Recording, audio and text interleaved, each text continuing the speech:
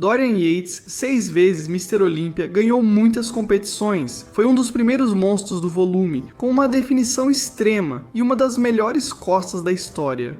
Ele criou um método de treinamento. Hoje falaremos sobre sua vida, físico, medidas, lesões, polêmicas e vitórias. Dorian Yates, apelidado de A Sombra, a Besta da Bretanha ou o Bulldog britânico, foi um dos melhores fisiculturistas dos anos 90. Nasceu em 19 de abril de 1962, teve origens humildes e um passado complicado. Começou a treinar seriamente para o fisiculturismo em 1983. Sua primeira competição foi o Mr. Birmingham Novice, que ele venceu em 1984. E enquanto crescia e ganhava peso, foi competindo em diversas competições, até que em 1986 se tornou campeão britânico dos pesos pesados. No fim dos anos 80 e início dos anos 90, ele virou fisiculturista profissional. Ele tinha uma altura de cerca de 1,78 e um peso entre 115 e 120 quilos. Dorian Yates é considerado um dos primeiros verdadeiros Mass Monsters. Uma combinação de massa muscular muito densa, músculos grossos, compactos e duros, diferente dos corpos clássicos e estéticos das eras anteriores. Ao iniciar no profissional, ficou em segundo lugar no Night of Champions, importante competição da época. Isso foi em 1990, pois em 1991 ele já venceu. Também venceu o Grand Prix da Inglaterra e ficou em segundo lugar em sua estreia no Mr. Olympia. Dorian revolucionou o fisiculturismo ao trazer mais massa, definição e dureza muscular. Suas costas eram realmente largas e grossas, tinham grande densidade, eram muito completas, tinham um visual duro, ele tinha um físico incrível. Não demorou para ganhar o Mr. Olympia, algo que ele conseguiu em 1992, conquistando seu primeiro título naquele ano. Ele também voltou a ganhar em 1993, também venceu e também fez isso em 1994.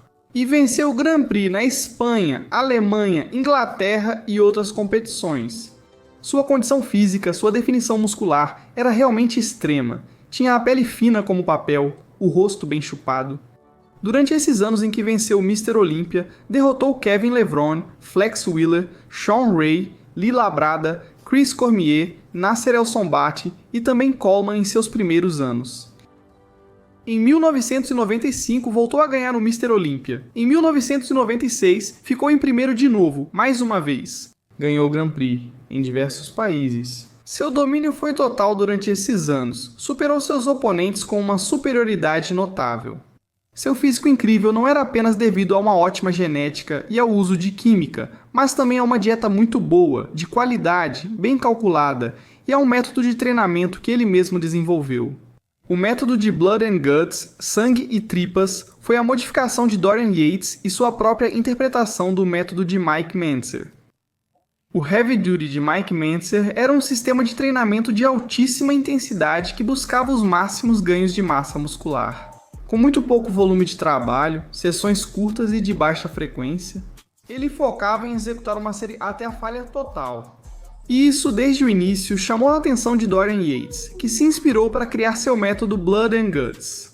Não era só físico, era mental. Ele treinava cada série como se fosse questão de vida ou morte. Nisso, seu parceiro Leroy Davis gritava para ele, incentivava, empurrava nos momentos-chave para dar tudo de si.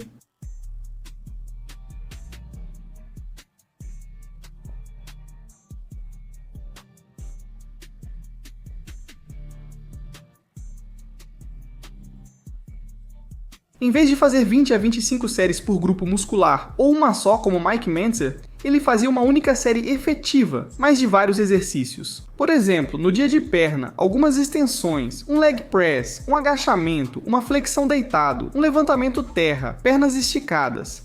Depois das séries de aquecimento ou aproximação, vinha uma série que era realmente efetiva, a qual levava até a falha. Mesmo com parciais, drop sets, rest pauses, repetições assistidas e todo tipo de métodos de altíssima intensidade. Esse, além da falha, definia seu estilo. Dorian Yates dizia: "Você não precisa de mais trabalho, precisa de um trabalho melhor." Este ano, para esta competição, estou treinando ainda menos. Provavelmente estou fazendo um total de talvez 3 horas e meia por semana na academia, de treino com pesos de verdade. E alguns dos meus concorrentes provavelmente fazem essa quantidade todos os dias. E eu acho que isso realmente é uma vantagem para mim, sabe? Não só eu tenho a genética para o esporte, como também estou treinando de forma eficiente, então consigo progredir o tempo todo. Enquanto outros fisiculturistas ficavam 2 ou 3 horas na academia, Dorian Yates, em menos de 1 hora, poderia ter terminado seu treino e focado seu tempo em comer e descansar. Dorian achava que treinar mais de 1 hora prejudicava seus ganhos. Com essa filosofia de treino, um esforço enorme, dieta, química e uma genética prodigiosa, ele chegou ao mais alto nível, exibindo um dos melhores físicos de toda a história do fisiculturismo. Em 1997, ele conquistaria seu 6º título consecutivo e aquele que seria seu último Mr. Olympia. E também foi o mais polêmico de todos. E eu vou explicar para vocês o porquê. Em primeiro lugar, é preciso dizer que Dorian chegou lesionado. Ele tinha uma ruptura no tríceps esquerdo e um bíceps parcialmente rompido. Isso afetou a sua simetria. Ele tinha densidade e definição, mas um pouco menos de separação do que em outras ocasiões. E também seu abdômen estava distendido. Enquanto seu rival, Nasser El Sonbaty, trouxe sua melhor versão. Nasser chegou extremamente completo, mais proporcional, com uma simetria melhor, com um volume de massa muscular comparável ao de Yates.